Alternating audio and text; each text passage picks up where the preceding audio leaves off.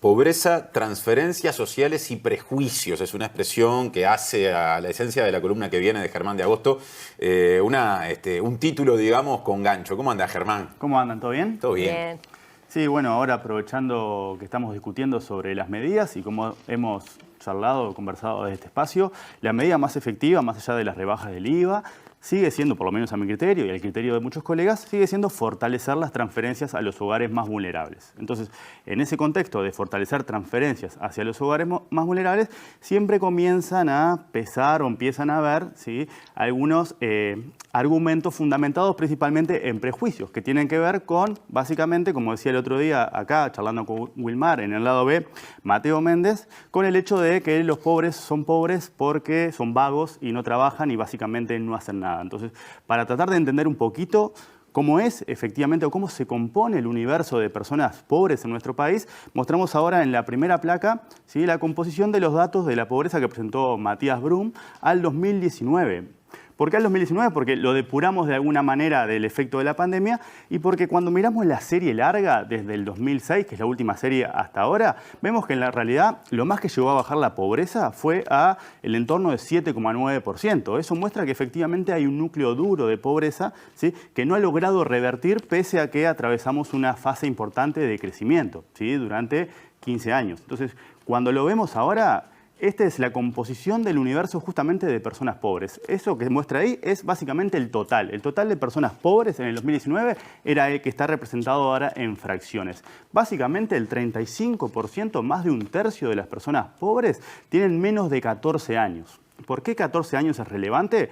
Porque es el límite que establece el INE para considerar si una persona está o no está en edad de trabajar. O sea que, efectivamente, el 35% son menores de 14 años que no están en edad de trabajar. ¿Tiene que ver con aquello de población económicamente activa, ese concepto? Vos tenés la población económicamente activa, ocupados y desempleados, y, por ejemplo, el empleo y la actividad se calcula esa población económicamente activa sobre la población que está en edad de trabajar. Ajá. Y la población que está en edad de trabajar son justamente los mayores de 14 años. Bien. Por eso es que establecemos que un tercio de las personas pobres no tienen edad de trabajar en nuestro país, ¿sí? Después tenemos un 30% que están empleados. Son personas que están trabajando pese a estar en situación de pobreza. Importante recordar, por ejemplo, datos del Cuesta Duarte que marcaban que un 42% de los ocupados en nuestro país percibe por 40 horas de trabajo semanales, ¿sí?, menos de 25.000 pesos líquidos. Y un 14% de los ocupados perciben menos de 15.000 pesos líquidos. Pensemos que ahora, a marzo de 2022, la línea de pobreza para Montevideo se ubica en el torno de los 18.000 pesos. O sea que también tenemos un porcentaje de la población en situación de pobreza que está trabajando.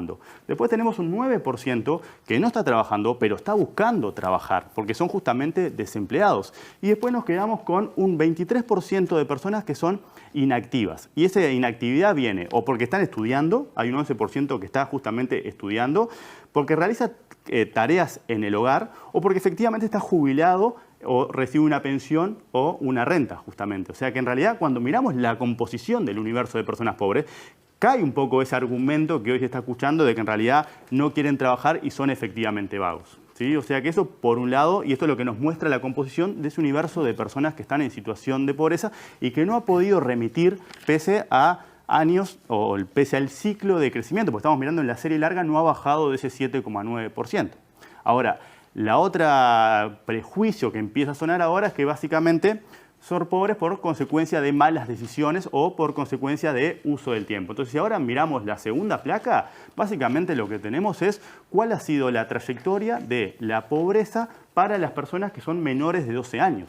Básicamente lo que está marcado en rojo es el umbral del 20%. Quiere decir que 1 de cada 5 niños es pobre en nuestro país. 15 años atrás, cuando arranca la serie, teníamos que la mitad de los niños eran pobres. O sea, ¿cómo podemos asumir que hay personas que están haciendo algo mal si justamente nacen en un hogar pobre y está fundamentado en la literatura que donde nacemos condiciona cuál va a ser nuestra trayectoria futura? Claro. ¿Dónde hay un demérito en esta situación cuando tenemos que casi 1 de cada 5 niños es pobre?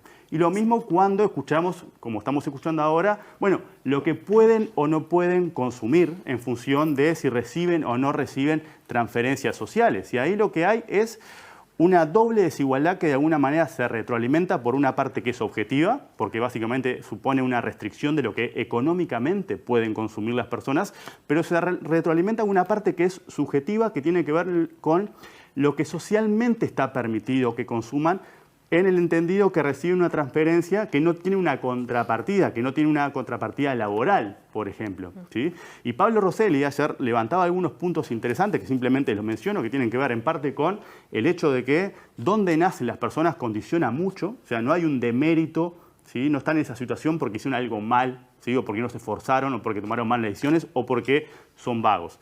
La otra tiene que ver con, es más eficiente transferir especies, o sea, transferir productos, que transferir dinero es más eficiente que transferir en especie, o sea, en productos, y que también cuando hablamos, por ejemplo, hablamos de prestaciones, de transferencias del Estado, tenemos que tener en cuenta que no solamente existen las transferencias sociales que estamos analizando ahora para las personas que están en una situación de vulnerabilidad.